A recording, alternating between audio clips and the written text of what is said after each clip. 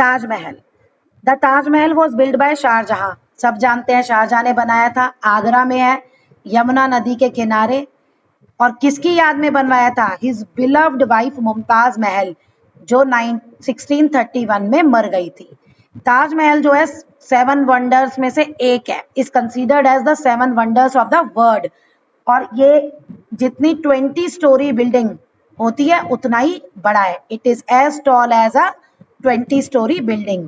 Glorifies the history of India as well as the cultural and architecture of Mughal. यानी ये India का history को मतलब ग्लोरीफाई करता है। और इंडिया में जो कल्चरल और आर्किटेक्चरल मुगल का था कि कितना अच्छा था, कितना फाइन था, वो ये सब बताता है। ऑल ओवर वर्ल्ड फेमस है ताजमहल। कंस्ट्रक्शन जो है ताजमहल का 1631 में स्टार्ट हुआ और 1653 में 22 साल बाद जाके ये कंप्लीट हुआ। वर्कर्स अलग अलग नेशनैलिटीज से थे, मतलब अलग अलग कंट्रीज से आए थे। Worked and helped in the construction of Taj Mahal. It is said, ऐसा कहा जाता है, 20,000 से ज्यादा वर्कर्स इंडिया से, सेंट्रल एशिया से और इवन यूरोप से आए थे to work to construct it. Many sources that informs us the name of many builders who participated in the construction of Taj Mahal. कहता है हमारे पास बहुत सारे सोर्सेज है जिनसे जिन लोगों ने ताजमहल बनाया हमें उनके नाम के बारे में पता चलता है। और ऐसा ही एक सोर्स था दीवाने अफरीदी, जो हमें बताता है ईशा खान वो ताजमहल का चीफ आर्किटेक्ट था। यानी मेन डिजाइन जो है ताजमहल का वो ईसा खान ने डिजाइन किया था। अब मटेरियल जो यूज हुआ ताजमहल को बनवाने में, sandstone, silver, gold, carnelian, jasper, moonstone, jade, lapis lazuli and coral, ये सारा मटेरियल यूज हुआ। They were brought in all over India. अब जो मटेरियल यूज हुआ वो इंडिया में भी अलग अलग जगह से और सेंट्रल एशिया में भी अलग अलग जगह से आया था। White Makarana marble brought from Jodhpur and was transported with the help of the fleet of 1,000 elephants. Jodhpur से व्हाइट मकराना मार्बल मंगवाया गया और इसको 1000 एलिफेंट्स की हेल्प से आगरा तक पहुंचाया गया।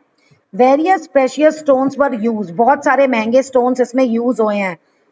दे were use for the inlay and were brought from, अलग अलग जगह, ये गोलकंडा, पंजाब, बगदाद, यहाँ से वो आए थे। मीन्स ताजमहल को बनवाने के लिए लोग भी और मटेरियल भी इंडिया में नहीं, इंडिया से बाहर से अलग अलग जगह से आया था।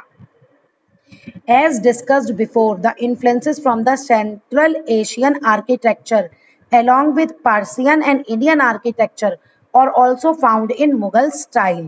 It is unique combination of international form of architecture with local influences on it. कहता है जैसे पहले भी हमने डिस्कस किया, मुगल के जो आर्किटेक्चरल बिल्डिंग थी उनमें पार्शियन, इंडियन और जहां वो बनवा रहे हैं वहां की आर्किटेक्चरल की झलक मिलती थी। तो ये पूरा उसका इंटरनेशनल फॉर्म था। द ताजमहल जो है stand on a huge platform surrounded by garden, बहुत बड़े प्लेटफॉर्म पे है और उसके चारों ओर गार्डन्स हैं। There is a slender and tapering tower और पिलर्स और minarets at each of the four corner of the platform. ये जो है ना 4 पिलर्स, मिनारेट्स जो कहो, ये 4 ऐसे बने हुए हैं ताजमहल में। These minarets tilt away from the main structure of the Taj so that in case of an earthquake they do not fall on it. अब ये जो minaret है ये ताजमहल से थोड़ी सी दूर है। क्यों?